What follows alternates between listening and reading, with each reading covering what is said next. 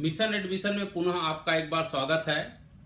जैसा कि मैंने पिछले एपिसोड में बताया था कि कैसे एक सामान्य आदमी एक बड़ी सोच और आइडिया से बड़ा आदमी बनता है और वह सामान्य लोगों से कैसे अलग सोचता है।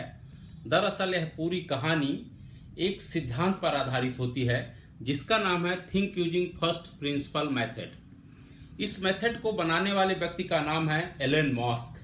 48 वर्षीय एलन मस्क वही व्यक्ति हैं जिन्होंने 3 अलग अलग क्षेत्रों में काम करते हुए 20 वर्ष की उम्र में ही बिलियनियर बन गए।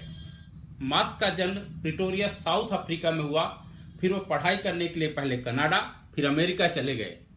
यहीं से अर्थशास्त्र की पढ़ाई करते हुए उन्होंने उधार के पैसों से कंपनी प्रारंभ की जिसका नाम था जिप2। यह एक वेब सॉफ्टवेयर कंपनी थी।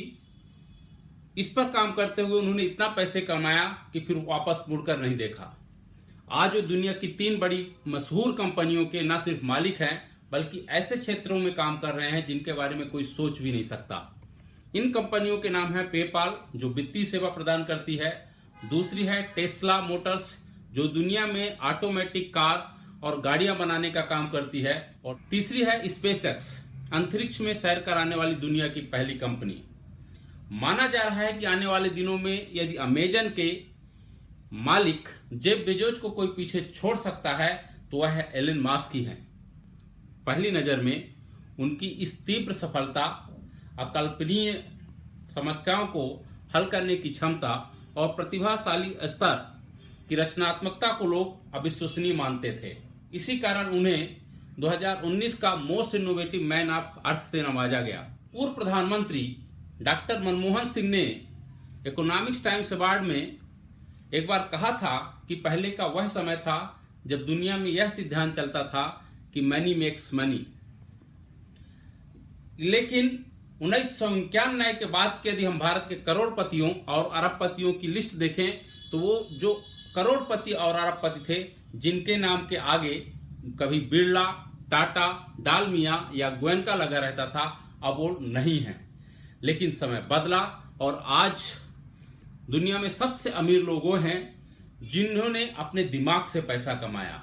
मतलब पूरा पैसा कमाने का सिद्धांत ही 1991 के बाद बदल गया और अब सिद्धांत जो चलता है माइंड मेक्स मनी। इसके उदाहरण के रूप में आप भारत में ही नहीं पूरे विश्व में देख सकते हैं कि चाहे वो नारायण मूर्ति रहे हो, चाहे अंबानी रहे हों, चाहे लक्ष्मी मित्तल रहे हों, अमेजन के जेफ बेजोस रहे हों या फेसबुक के मार्क जुकरबर्ग रहे हों, इन्होंने अपने पहली जनरेशन में अपनी प्रतिभा और दिमाग से वो कर दिखाया जो पहले के बड़े बड़े पूंजीपति और अरबपति नहीं कर पाए थे। और इन सभी ने अपनी एक कंपनी या तो छोटे से गैरेज या किसी छोटे से कमरे से प्रारंभ किया था। इन सभी ने जीरो और स्क्रैच से शुरू करके इस मुकाम या मंजिल को हासिल किया है। सवाल यही उठता है कि इन सब की सफलता का राज क्या है। मेहनत और इनोवेशन एक कारण हो सकता है, लेकिन यदि इनकी गहराई से जाकर देखा जाए तो सभी के पीछे कहीं न कहीं एक सिद्धांत काम करता है जिसको think using first principle method का नाम देते हैं।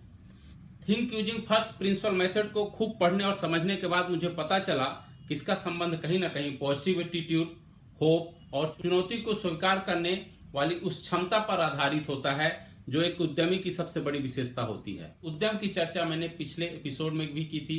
उदाहरण के लिए मैं एलोन मस्क का ही उदाहरण लेता हूं। हुआ यूं कि 2016 में ऑस्ट्रेलिया में एक बार भयानक तूफान आया था जिसकी वजह से 80,000 बार बिजली गिरी थी। 2 बार टॉर्नेडो भी आया था। परिणाम स्वरूप 2 मिलियन से अधिक लोगों को अंधेरे में रहना पड़ रहा था। तब उस समय के प्रधानमंत्री माल्कोम टर्नबुल ने अपनी कमी को छुपाते हुए एक कहानी गढ़नी चाहिए और ट्वीट किया कि ये सब इसलिए हो रहा है क्योंकि स्टेट रिन्यूएबल एनर्जी पर अधिक ध्यान दे रहा है, इसीलिए ऐसा सब हो रहा है। यह सब देखते हुए एलोन की कंपनी टेस्ला के बैटरी डिवीजन के प्रमुख ने रिट्वीट किया कि साउथ ऑस्ट्रेलिया की समस्या को हम एक झटके में ठीक कर सकते हैं। 100 मेगावाट की बैटरी को हम 100 दिन में लगा सकते हैं। उनके इस ट्वीट को देखते हुए ऑस्ट्रेलिया के बिलियनियर माइकल कैनन ब्रूस जो एटलासियन सॉफ्टवेयर कंपनी के मालिक हैं, उन्होंने पुनः ट्वीट किया और कहा यदि हम पैसे और पॉलिटिशियन को मैनेज करते हैं तो क्या गारंटी है कि तुम 100 दिनों में 100 मेगावाट की बैटरी लगवा दोगे। यह ट्वीट देख करके एलोन मस्क को गुस्सा आ गया और वो खुद गुस्से में ही रिट्वीट किया, 100 दिन यानी 100 दिन। जिस दिन कॉन्ट्रैक्ट साइन होगा उस दिन से लेकर 100 दिन में यदि हम 100 मेगावाट की बैटरी नहीं लगाते हैं तो यह पूरी तरह फ्री में दे दूंगा। इस पर माइक कैनन ने वापस ट्वीट किया, ठीक है हम इसको मैनेज करते हैं, तुम लोग अपना रेट भेजो। और अगले महीने ऑस्ट्रेलियन गवर्नमेंट ने अपने पावर ग्रिड को सुधारने के लिए 550 मिलियन का एनर्जी प्लान निकाला था, जिसमें 100 मेगावाट का एनर्जी स्टोरेज भी शामिल था, जिसमें एलोन मस्क ने अपना कॉन्ट्रैक्ट भी भेजा। 19 सितंबर को कॉन्ट्रैक्ट साइन हुआ और उन्होंने कॉन्ट्रैक्ट में यह भी लिखा कि जो मैंने ट्विटर में लिखा था वह भी उसमें जोड़ रहा हूं। यदि इसको 100 दिन में पूरा नहीं कर पाया तो मैं फ्री में दे दूंगा। इसमें एलोन मस्क को 50 मिलियन का नुकसान हो सकता था। इसके बाद एलोन मस्क ने अपनी कंपनी के लोगों के साथ मीटिंग की और काम करने का रोड मैप तैयार किया और काम को समझाया और काम प्रारंभ कर दिया। जरा सोचिए, क्या एलोन मस्क इसको पूरा कर पाए होंगे? 100 दिन में तो हम में से कितने लोग यही नहीं निर्णय ले पाते कि उनको जीवन में करना क्या है। और 100 दिन में 100 मेगावाट बैटरी बनाना, जिसके बारे में पहले से कुछ पता ना हो, कैसे संभव हो पाएगा? आश्चर्य की बात यह है कि एलोन मस्क ने यह काम 100 दिन नहीं 60 दिन पहले अर्थात 23 नवंबर को ही पूरा कर लिया, यानी 45 दिन पहले। मजेदार बात यह है कि यह दुनिया का पहला सबसे बड़ा बैटरी बनाने वाला बैंक बन गया।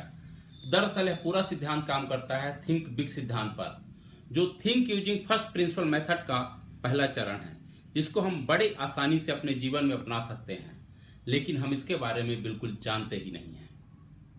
जब मैं एलोन के काम के तरीके को पढ़ रहा था तभी मुझे 20 वर्ष पहले की वह कहानी याद आई जो एलोन की कहानी से थोड़ा मिलती जुलती थी, लेकिन जिसके बारे में हम अनजान थे। हुआ यूं कि मेरा सिलेक्शन वर्ष 2000 में भारत सरकार के एक बैंक में कारपोरेट कम्युनिकेशन मैनेजर के रूप में हुआ था। जब मैं इस बैंक को ज्वाइन किया तो हमारी अहमदाबाद में ट्रेनिंग होने के बाद मुंबई में मार्केटिंग और कारपोरेट कम्युनिकेशन डिपार्टमेंट में पोस्टिंग मिली, जहां पर मेरी मुलाकात उस समय के डिपार्टमेंट हेड उमाकांत स्वामी से हुई। इतना मेहनती व्यक्ति मैंने जीवन में पहले कभी नहीं देखा था। कोई भी काम तो लगता था उनके लिए संभव है ही नहीं। मुझे पहली ही मुलाकात में चाय पिलाते हुए उन्होंने कहा कि आप जिस डिपार्टमेंट को ज्वाइन कर रहे हो वहां ना शब्द का कोई स्थान नहीं है। यदि आप ना कहते हैं तो आपके जीवन की सारी संभावनाएं इस डिपार्टमेंट में धीरे धीरे खत्म हो जाएंगी। पता नहीं क्यों यह बात मेरे जहन में घर कर गई। इसके बाद मैं कुछ दिनों बाद ही महसूस करने लगा मेरा बॉस मुझ पर कुछ ज्यादा ही विश्वास करने लगा है। वो क्यूबिकल टाइप से बने कैबिन की तरफ अपने चैम्बर में खड़े होकर देखते तो सबसे पहले हमारे से सीनियर को बुलाते, फिर थोड़ा बातचीत करने के बाद उनको वापस भेज देते, फिर मुझे बुलाते और कहते कि तुम्हें यह काम करना है, तुम्हारे पास सिर्फ 48 घंटे हैं। अब सोचो कैसे करोगे? सच बताऊं वो काम मुझे नहीं आता था, लेकिन हमें उनके द्वारा यह बताई गई बात हमेशा मन में और जहन में बसी रहती थी कि इस डिपार्टमेंट में ना कहना या ना शब्द का कोई स्थान नहीं है। इसलिए ना चाहते हुए भी हम ना नहीं कह पाते थे और फिर इस मूक स्वीकारोक्ति के बाद ही मेरा काम प्रारंभ हो जाता था। सबसे पहले मैं उन्हीं से पूछता, सर मुझे इस काम के बारे में बिल्कुल जानकारी नहीं है, आप ही बताइए मैं कैसे करूं। सबसे पहले उन्हीं से थोड़ा क्लू मिलता, फिर साथ यह बताते साल भर पहले यह काम उन्होंने किया था, जाकर 5th फ्लोर पे फला व्यक्ति से पूछ कर आओ, थोड़ा तुम्हें और इस बारे में जानकारी मिलेगी। फिर जब मैं फला व्यक्ति के पास जाता तो फला व्यक्ति बोलता, मैंने यह काम किया तो जरूर था लेकिन अब मुझे बहुत याद नहीं है। एक काम करो, तुम 7th फ्लोर में XYZ बैठे हैं, उनसे मिलकर आओ, वो जरूर तुम्हारी मदद करेंगे। वहां जब पहुंचता तो XYZ थोड़ा और विस्तार से उस काम के बारे में बताते और मेरा प्रोजेक्ट भी चेक कर लेते। इस तरह जो काम मुझे बिल्कुल नहीं आता था डिफरेंट ह्यूमन स्किल साइकिल के माध्यम से पूरा हो जाता था। यह सब बताते हुए मुझे मिशन मंगलयान की उस पूरी टीम की याद आ रही है जो पूरी तलते हुए उसमें एनर्जी सेव करने के आइडिया को पहचान लेती है। इस तरह हाँ बोलने से, किसी और नए काम की चुनौती लेने से जो काम बिल्कुल नहीं आता है वह भी आने लगता है। साथ ही आपकी पहचान एक ऐसे व्यक्ति के रूप में बनती चली जाती है और जो चुनौतियों से घबराता नहीं है और ना ही काम उसके लिए कोई असंभव होता है। इन सब से बड़ा फायदा यह होता है कि आपके सीखने की संभावनाएं और चुनौती को स्वीकारने की क्षमता हमेशा प्रभावी रहती है। उदाहरण के लिए, जब आपका बॉस आपके कैबिन से उठेगा तो सभी लोगों की तरफ एक नजर मारेगा और फला काम के लिए फला एक्स को ना बुला करके आप ही को बुलाएगा, क्योंकि फला एक्स जो है पहले ही किसी भी काम के लिए अपनी असमर्थता जाहिर कर चुके थे। ऐसे में आने वाला भविष्य, आने वाली अपॉर्चुनिटीज आपकी होती है। थिंक यूजिंग फर्स्ट प्रिंसिपल इसी सिद्धांत पर काम करता है, क्योंकि जो काम आपको आता नहीं वो उस काम को करने के उपाय भी आप धीरे धीरे ढूंढने लगते हैं। जैसे ही आप ना बोलते हैं, आपके भविष्य की, आपके आगे काम करने की सारी संभावनाएं बंद हो जाती हैं। और जो व्यक्ति हाँ बोल देता है उसको अनजाने में भी मन में एक जिज्ञासा पैदा हो जाती है, क्योंकि हाँ बोलते ही उसका काम उसी दिन से शुरू हो जाता है और वो उसके बारे में सोचने लगता है और जो जानकारी नहीं होती उसके इकट्ठा करने लगता है और एक तरह से उसका रिसर्च प्रारंभ हो जाता है। उसके लिए वो रोड मैप बनाता है, उसके लिए स्ट्रेटजी बनाता है, वो सब प्रक्रियाएं बनाता है जिसके माध्यम से वो अपने लक्ष्य को हासिल कर सके। ये पूरा method think using first principle method का पहला लक्षण है, जहां आप यस बोलते हैं। ऐसा करने से आप न सिर्फ भविष्य की सारी संभावनाओं के द्वार अपने लिए स्वयं खोल लेते हैं, बल्कि आपको प्रत्येक चुनौती एक खेल लगने लगती है।